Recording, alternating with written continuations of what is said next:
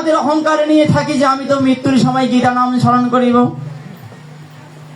এই গীতা নাম স্মরণ করলে আমি গীতা গীতা গীতা গীতা বলতে বলতে আমি দেহত্যাগ করিব, আমি আর পুণ্যজন্ম পৃথিবীতে পাবো না। এ বাবা, এইটা তো আমাদের কথা।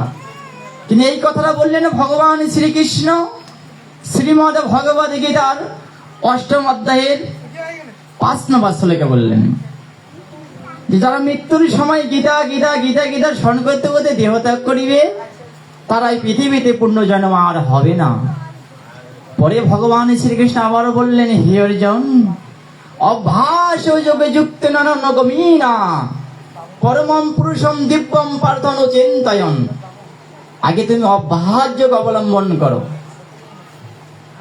অনন্য চিন্তা করিয়া ভগবানের নামের কথা স্মরণ করো। আমাদের সকলের চিন্তা ভাবনা অনেক আছে, চৈতন্য জ্ঞানটা অনেকভাবে আমাদের উদয় হয়। আমাদের দেহের ভিতর যে আত্মাটা আছে, এই আত্মাটাকে পরিচালনা করে আমাদের মন রূপ।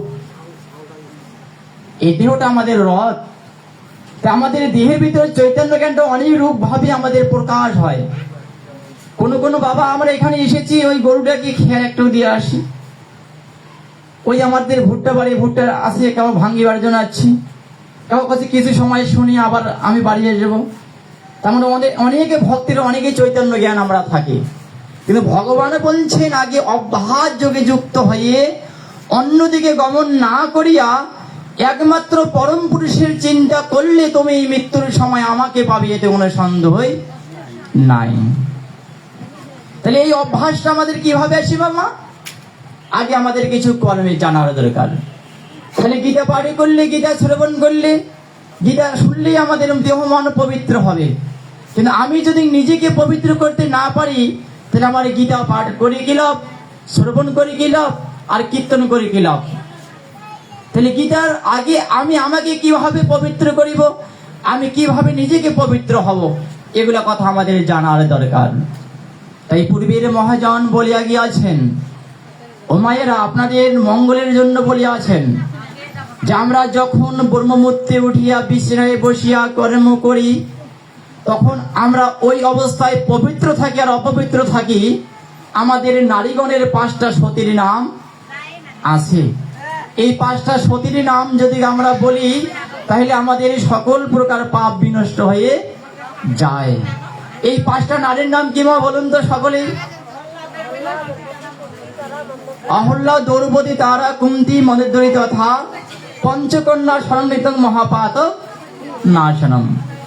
পুণ্যশ্লোক নলরাজা, পুণ্যশ্লোক যুধিষ্ঠির, পুণ্যশ্লোক বৈদেহী, পুণ্যশ্লোক জনার্দন। এই 5টা সতীর নাম, 5টা পুরুষের নাম। এই নামগুলো শ্রবণ করলে আমাদের কি হয়? আমরা যত প্রকার পাপিষ্ট হই না কেন, সকল প্রকার পাপ আমাদের বিনষ্ট হয়ে যায়। কিন্তু এই নামগুলো যদি করলে আমাদের পাপ বিনষ্ট হয়ে যায়। ওরাও হচ্ছে নারী, আমরাও হচ্ছে নারী, ওরাও হচ্ছে পুরুষ, আমরাও প্রকৃতিতে পুরুষ ভাব ধরে আছি। তাহলে ওই পুরুষের নাম স্মরণ করলে, ওই নারীর নাম স্মরণ করলে আমাদের পাপ বিনষ্ট হয়ে যায়। আমাদের মতন পুরুষ, আমাদের মতন নারীর নাম স্মরণ করলে আমাদের পাপও নষ্ট হয় না, আমাদের পুণ্য আবার পাপ বেশি হয়ে যায়। কসে ওই সাধুর কথা কছিস, ওর চরিত্র জানিস কেমন ব্যবহার? ওই আস্তে আস্তে ভুট্টা বাড়িতে 1 বস্তা ভুট্টা চুরি করে ধরিয়েছে। কাছে এই সাধুর ভাব আছে এইটা। তা আমরা কিন্তু এইভাবে নাম নেই, আমরা এইভাবে নাম করি। আমাদের নামগুলো আছে এইরকম, আমাদের নাম জপ করে আমাদের কোনো গুণকীর্তন করলেও আমাদের সম্পূর্ণ পুণ্যফল আমরা পাই না। তাই অভ্যাসে যোগে যুক্ত নগমীনা পরমম পুরুষম দিব্যম পার্থন চিন্তয়ন। আগে অভ্যাস যোগে যুক্ত হও। অভ্যাসটা কাকে বলা হয়? আগে এটাকে যুক্ত করতে হবে। আমরা কিভাবে অভ্যাস করিব? তাই গৃহীতে আমাদের কর্ম কিছু আছে, আমাদের কিছু গুরু কর্ম আছে, আমাদের কিছু দৈব কর্ম আছে, আমাদের কিছু নিযজ্ঞ আছে। আমাদের সনাতন শাস্ত্র গ্রন্থে আমাদের যজ্ঞ প্রধান করিয়াছেন 12টা। এই 12টা যজ্ঞের মধ্যে আরো 5টা যজ্ঞ একেবারে প্রধান। এই 5টা যজ্ঞ প্রত্যেক দিন প্রত্যেক গৃহেতে প্রত্যেক মায়েরা প্রত্যেক বাবারাই করে। কিন্তু এই যজ্ঞের আমাদের দিশা নাই বিধায় আমরা কোনো কর্মের করতে পারি না। একজন মা কি কর্ম করে? এই প্রসঙ্গে ভগবান বেদব্যাসকে একদিন তিনজন মুনি জিজ্ঞাসা করার জন্য আসতেছেন তার আশ্রমে। হরে কৃষ্ণ মা। ভগবান বেদব্যাসকে তিনজন মুনি এই প্রসঙ্গে জিজ্ঞাসা করার জন্য আসতেছেন যে আমরা ভগবান বেদব্যাসকে তিনজন গিয়ে একটি করে জিজ্ঞাসা করিব। তা ভগবান বেদব্যাস অন্তর্যামী দেখতেছে অদূরে তার ওই ভক্তগণ আসতেছে তাকে জিজ্ঞাসা করার জন্য। তা ভগবান ওই মুহূর্তে গেছেন সকালে স্নান করার জন্য নদীর ঘাটে। ওই নদীর ঘাটে যখন গঙ্গা স্নান করার জন্য জলকে আচমন করে গায়ে ছিটিয়ে দিলেন, দেখলেন যে তার তিনজন ভক্ত এসেছে তাকে জিজ্ঞাসা করার জন্য। এই তিনজন ভক্ত কি জিজ্ঞাসা করিবে? ভগবান বেদব্যাস এখান থেকে বলতেছে যে কলিযুগেই ধন্য। এই তিনজন মুনি ওইখানে থমকে গেলেন বা দাঁড়িয়ে রইলেন যে ব্যাপারটা কি, আমরা ভগবান বেদব্যাসের কাছে কি কারণে যাচ্ছি, আর তিনি এই কথাটা কেন বললেন যে কলিযুগেই ধন্য। আরেকবার জল কেলি করে আবার একটা ডুব দিয়ে উঠলেন যে নারীগণে ধন্য। ওই তিনজন মুনি ওইখানে আবার তিনজনে জিজ্ঞাসা করছে, আহা ভাই আমরা তো কাহো কিছু বলতেছি না। ভগবান বেদব্যাস বলছে নারীগণেই ধন্য, এর কারণটা আবার কি? আরেকবার ডুব দিয়ে উঠে বললেন যে পাকযজ্ঞেই ধন্য। তাহলে কয়টা কথা বললেন? কলিযুগে ধন্য, নারীগণে ধন্য, আর পাকযজ্ঞই হচ্ছে ধন্য। এই তিনজন মুনি ভগবান বেদব্যাসের পিছু পিছে গিয়ে তার আশ্চর্য উপবেশন করলেন। ভগবান তাদেরকে সেই সম্মান সহিত তাদেরকে উপবেশন করাইলেন যে ভক্তগণ বলো তোমরা কি কারণে আমার কাছে এসেছেন? ভগবান বেদব্যাস বললেন যে হে ভগবান, না মুনিগণ বললেন যে হে ভগবান, আমরা তিনজন এসেছি আপনার কাছে তিনটা জিজ্ঞাসা করার জন্য। এই তিনটা জিজ্ঞাসা কি? একটা জিজ্ঞাসা হচ্ছে আপনি বললেন যে কলিযুগেই ধন্য, একটা জিজ্ঞাসা আছে নারীগণেই ধন্য, আর একটা জিজ্ঞাসা হচ্ছে আমাদের পাকযজ্ঞেই ধন্য। এই তিনটি কথা আপনি যে বললেন এর কারণটাকে আগে আমাদেরকে বলুন। ভগবান বেদব্যাস বললেন যে হে মণিগণ শ্রবণ করুন, সত্যযুগের মানুষগণ 12 বছর তপস্যা করছে ভগবানকে পেয়েছে কি পেয়ে না তার কোনো বিধান আমি এখন পর্যন্ত দেখি নাই। সত্যের পরে 13 যুগের মানুষগণ 12 বছরের 11 বছর বাদ দিয়ে 1 বছর তপস্যা করে ভগবানকে পেয়েছে কি পায় নাই তার বিধান আমি দেখি নাই। তারপরে দাপর যুগের মানুষগণ এক বছর কত মাসে হয়? 12 মাসে 1 বছর হয়।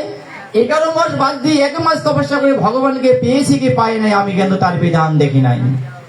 এই কলিযুগের মানুষগণ একদিন এক রাত্রিতে ভগবানকে লাভ করতেছে আমি তার বিধান দেখেছি এবং বলতে পারি। এই কলিযুগের মানুষগণ কি করতেছে প্রভু?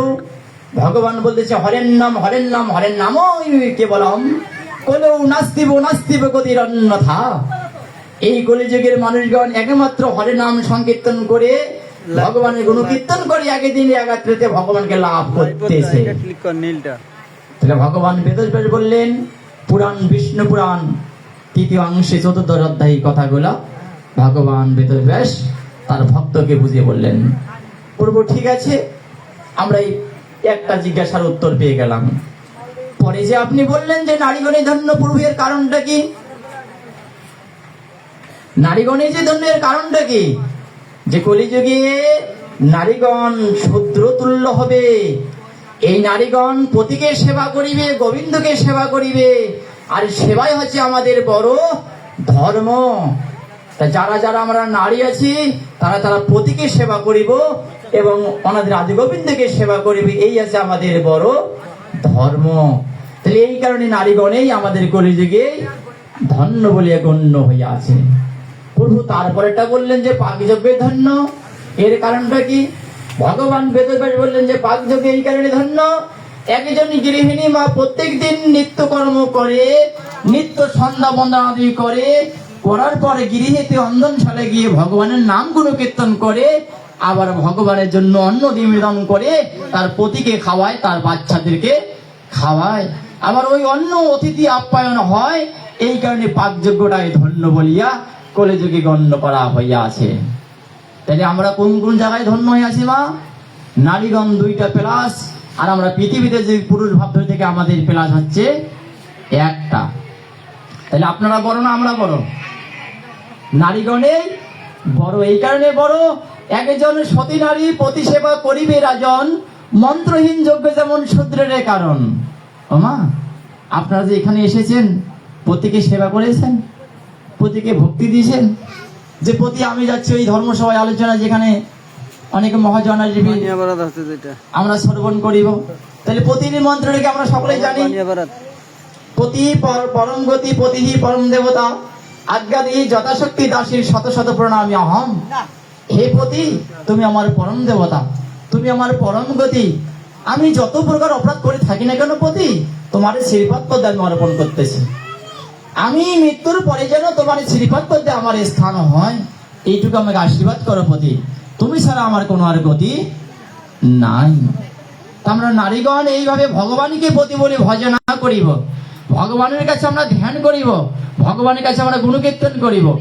আমরা প্রকৃতিতে সকলেই নারী, পুরুষ এবং প্রকৃতি, পুরুষ হচ্ছেন তিনি এক, আর আমরা পৃথিবীতে যত আছি সকলে আমরা নারী। এখন আমরা ভাব ধরে আছি আমরা পুরুষ, আর ওনারা হচ্ছে নারী।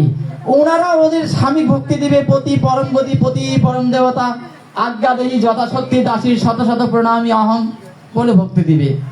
ওটা হচ্ছে নারীগণের ভক্তি, কিন্তু আমাদের তো ভক্তির মন্ত্র নাই। আছে কি আমরা জানি? আমাদের পতির মন্ত্রকে আমরা যে প্রকৃতিতে পুরুষ ভাব ধরে আছি, কৃষ্ণ আমাদের স্বামী। হ্যাঁ, এই যে মা বলছে, তাহলে কৃষ্ণ যদি আমাদের সকলের স্বামী হয়, হে কৃষ্ণ করুণা সিন্ধু দীনবন্ধু জগৎপতি, গোপীশ গোপিকাকান্ত রাধাকান্ত নমস্তুতে।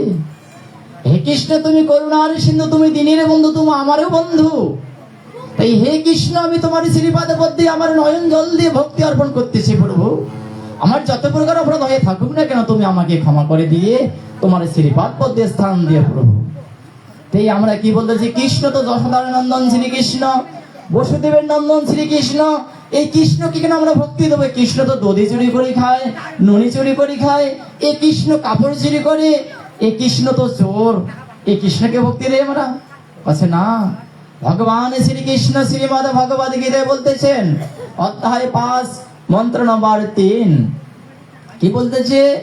গেয়োষ নিত্য সন্ন্যাসী জনাধিষ্ঠি না কাঙ্ক্ষতি, নির্দ্বন্দ্ব হি মহাবহ সুখং বন্ধাদ প্রভোচ্যতে।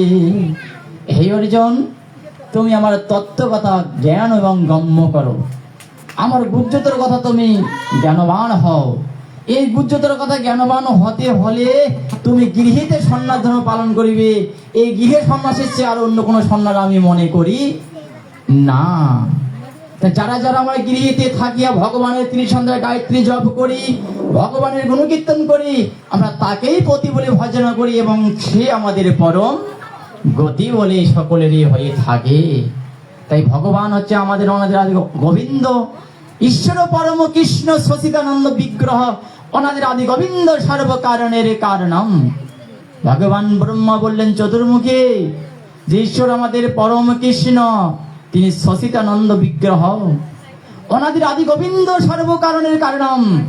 এই ভগবান শ্রীকৃষ্ণ আমাদের সকল কারণের কারণ। আপনি যুদ্ধ করবেন না, ভগবান যুদ্ধ আপনাকে করাবেন না। আপনি যুদ্ধ করুন, ভগবান আপনাকে যুদ্ধ করাবে। যা আপনি করতে চাবেন না, ভগবান তাই করবে, করাবে না। আপনি যেইটা মনন করবেন সেইটাই ভগবান করাবে। আমাদের যা কারণ আছে সকলেই ভগবানের কারণ আছে। এই স্থানে দাদাশ্রী 1 অধ্যায় গীতা শ্লোক দিয়েছিলেন। প্রথম অধ্যায় কি বলেছিলেন? প্রথম অধ্যায়ের অর্জুনের বিষাদ যোগের কথা বলিয়াছিলেন। অর্জুনের বিষাদ যোগটা কেন হয়ে গেল এটা আমাদের জানা দরকার। কি দিদি মনে? অর্জুনের বিষাদ কাকে বলা হয়? বিষাদ মানে কান্দাকান্দি। অর্জুন বন্ধু বান্ধব আত্মীয় স্বজন সকলকে দেখিয়া ভগবান শ্রীকৃষ্ণের কাছে সমস্ত অস্ত্র অর্পণ করে বলতেছে, কৃষ্ণ আমি যুদ্ধ করিব না। কেন আমি যুদ্ধ করিব? আমার সামনে অভিষণ করে বসে আছেন আমার পিতামহ ভীষ্মগুরু দ্রোণাচার্য অশ্বত্থামা বিকর্ণ, আমার ভাই বর্গ এবং আত্মীয় স্বজন সকলে আমার সামনে উপস্থিত হয়ে আছে। তাই আমি কাদেরকে বাণের দ্বারা প্রতিদ্বন্দ্বিতা ভাবে আমি কাদেরকে যুদ্ধ করিব? এদেরকে যুদ্ধ করে আমার কি লাভ হবে? কৃষ্ণ, এই কৃষ্ণ আমি যুদ্ধ করতে চাই না। কেন যুদ্ধ করলে আমি এদেরকে নিধন করিব, এরা আমার হাতে বধ হয়ে যাবে, এরা মৃত্যুবরণ করিবে, আমি এই শূন্য রাজ্য নিয়ে কি করিব? ভগবান শ্রীকৃষ্ণের গীতায় এই কথা বলছেন, বাংলায় এইভাবে বলতেছে। কিন্তু আমরা কি বলতেছি জানেন? আমরা কি বলতেছি? আমাদের যুদ্ধটা কোন জায়গায়? আমরা যে অভ্যাস যোগে যুক্ত হয়ে যাই, ওই অন্যের নাও এবং কুমড়া চুরি করে আনতে পারবো না। কি মা, পারবো কি? এইরকম সাধু সঙ্গ যদি আমরা ধরি, তাহলে আমরা অনেক একজনের ব্যক্তির যে সীমা হয়েছে, কত সিম সিম বেগুন হয়েছে, খাবার মনে হয়েছে, দুইটা চুরি করে ধরে বাড়ি যাচ্ছে। কি আসে না? অনেক আসে না? এই যুদ্ধটা আমার দ্বারা হবে না, চুরি চামারি করা আমার দ্বারা হবে না, এই কারণে আমি সাধু সঙ্গ ধরিব না। আমি সাধু সঙ্গ ধারণ করলে আমার কি হবে? এখানে আজ বৈশাখ মাস, আজকের দিনটা হচ্ছে অক্ষয় তৃতীয়ার দিন। অক্ষয় মানে কি? যার কোনো ক্ষয় নাই, বিনাশ নাই, এর কোনো শেষে নাই, এর কোনো তুলনা নাই, তাকে বলে অক্ষয় তৃতীয়ার দিন। এই অক্ষয় তিথি ব্রত করলে কি হয়? ভগবান শাস্ত্রে বর্ণনা করলেন, অক্ষয় তিথিতে ভক্তগণ ভগবানের গুণকীর্তন শ্রবণ করিবে, রাত্রি এবং দিন ধরে ভগবানের গুণকীর্তন বন্ধ করে শ্রবণ করিবে। ওই ব্যক্তি পাপিষ্ঠর চেয়ে পাপিষ্ঠ হলেও তার সকল প্রকার পাপ ওই দিনে ক্ষয় করে দেয়। তাহলে আজকে যে আমরা এখানে এসেছি, আপনারা সাধুগুরু বৈষ্ণব এখানে গীতা পাঠ শ্রবণ করতেছেন, আমরা শ্রবণ করতেছি, তাহলে আমাদের কি হচ্ছে লাভ? এই গীতা আলোচনা করে আমাদের কি লাভ? গীতা পাঠ করলে কি হয়? মহাজন ভগবান ব্রহ্মা বলেছেন, গীতা পাঠ করলে দেহ মন পবিত্র হয়। এই দেহটা মনটা পবিত্র হয়, ভগবানের কাছে দিনে দিনে এই দেহটা আকর্ষণ করে। আর কি হয়? এই দেহটা নষ্টের দেহ, আজ এসে কাল নাই। তাহলে এই দেহটা যে দেহ মন পবিত্র, আর কিছু তো হয় না। আমরা এই কারণে আপনাদের অভ্যাস যোগে যাইতে পারিব না। কেন? ওই অভ্যাস যোগে গেলে আমার দ্বারা দুষ্কর্ম গুলো মা হবে না। আমি কার্তিক মাস, বৈশাখ মাস, এই 2 মাসে ব্রত পালন করিব, আর বাকি মাস আমাদের কোনো কর্ম করার দরকার নাই। কি করি না? আজ আমি কার্তিক মাসে আছি, আমি বৈশাখ মাসে আছি, আর ওই দিদিমণিরা কি করে? অগ্ন মাসে গোপাল পূজা করে। ওই গোপাল পূজা ব্রহ্মপুত্রে উঠিয়া কি উলুধ্বনি আর হরি বল আর জরিকার, মানে ভগবান চলে যাচ্ছে। আর অগ্ন মাসের পরে পড়ে গেল কি মাস? পৌষ। এই পৌষ মাসে কোনো ফুল জলও নাই, উলুধ্বনিও নাই, আর জোগাড়ই নেই। এইটা কি আমাদের ধর্ম? এইটা কি আমাদের কর্ম? ভগবান এই 12 মাসের মধ্যে 2টা মাস দিয়েছে নিয়ম চর্চা করার মাস। এই 2টা মাসে কোনো ভক্ত যদি সাত্ত্বিক ভোজন করে ভগবানের গুণকীর্তন করে, ওই ভক্ত 1 মাস যদি সাত্ত্বিক ভোজন করে ভগবানের গুণকীর্তন করে, তারপরের দিন মাছ দিয়ে যদি ভাতে খায়, তাহলে অবশ্যই তাকে গন্ধ লাগিবে। এই গন্ধ লাগিলে কবে না আমি মাছ খাবো না। আস্তে আস্তে ক্রমান্বয়ে আবার এই বৈশাখের পর আবার কার্তিক মাস পড়তেছে, 4 মাস পরেই। এই 4 মাসে বৈশাখ মাসে যে আবার থাকে, কার্তিক মাসে আবার ব্রত পালন করে, আবার কি বলিবে? ওই সাত্ত্বিক ভাবে ভোজন করিয়ে আবার বলিবে কার্তিক মাসের পরের দিন কাছে না আমি আর মাছ মাংস খাবো না। এখন যদি আমরা মনে করি মাছ মাংস খাইলে কি ধর্ম হয়, আর না খাইলে কি ধর্ম হয় না? খাইলেও হয়, না খাইলেও হয়। দাদাজি বলেছিলেন গীতার অধ্যায়ের শ্লোক, অধ্যায় 12, মন্ত্র নম্বর 12, সর্বদারানি সংযম মনোনিরুদ্ধ চ মূঢ়ায় আদায়াত্মা যোগমাত্মানা ধারণং। হে অর্জুন, যে ভক্ত মনের দ্বারায় 10টা দ্বারকে সংযত করিয়া একমাত্র আমার ওম নাম স্মরণ করতে করতে দেহত্যাগ করিবে, ওই ভক্তের চেয়েও আমার আর কোনো প্রিয় ভক্ত জগতে নাই। তাহলে সর্বদ্বারকে কার দ্বারা কন্ট্রোল করতে হবে মা? হরে কৃষ্ণ। এই দ্বার আমাদের কয়টা আছে? চক্ষু, কর্ণ, নাসিকা, জিহ্বা। চক্ষু, কর্ণ, নাসিকা, পায়ু, উপস্থ এবং গুহ্যদ্বার। এই যে দ্বারগুলো আমাদেরকে মনের দ্বারা কন্ট্রোল করিয়া ভগবানের পথে ধাবিত হইতে হবে। আচ্ছা, এই দ্বারগুলো কি আমাদের একদিনে কন্ট্রোল হবে? আমার বাক শক্তি, আমার শ্রবণ শক্তি, আমার দৃষ্টি শক্তি, আমার গুহ্যদ্বার, লিঙ্গদ্বার, এগুলো কি আমাদের একদিনে সংযত হবে? বলছে না, হবে না। এটা অভ্যাসের মাধ্যমে কিভাবে করতে হবে? আপনি আগে অভ্যাস পালন করুন, আপনি আগে ভগবানের ভক্ত সঙ্গ করুন। এখন ভগবানের ভক্ত সঙ্গ হতে গেলে আমাদেরকে কিছু আচরণ ধরতে হবে। এই আচরণটা কি বাবা? শাস্ত্রে প্রমাণ করলেন মায়েরা। হরে কৃষ্ণ। যাই হোক মায়েরা, কথা বললে কিন্তু আমরা বসে থাকবো। শাস্ত্রে প্রমাণ করলেন শাস্ত্রকার, ওরে তিলকং তুলসীর মালা কপিন বহির্বাস সদা মুখে হরে নাম সংকীর্তনম ইয়াসে বৈষ্ণবের পঞ্চলক্ষণম। আমাদের সনাতন ধর্মের বৈষ্ণব শাস্ত্র গ্রন্থে বলা আছে, যদি আমরা সনাতন ধর্ম অবলম্বন করি তাহলে আমাদের কিছু বৈষ্ণব পথ দর্শন করতে হবে, বৈষ্ণবের পথ দর্শন করতে হবে। বৈষ্ণব তন্ত্রে লেখা আছে যে তিলকং তুলসীর মালা কপিন বহির্বাস সদা মুখে হরিনাম সংকীর্তনম ইয়াই আছে বৈষ্ণবের পঞ্চলক্ষণম। আমাদের এই সনাতন ধর্মের 5টা লক্ষণ আমাদেরকে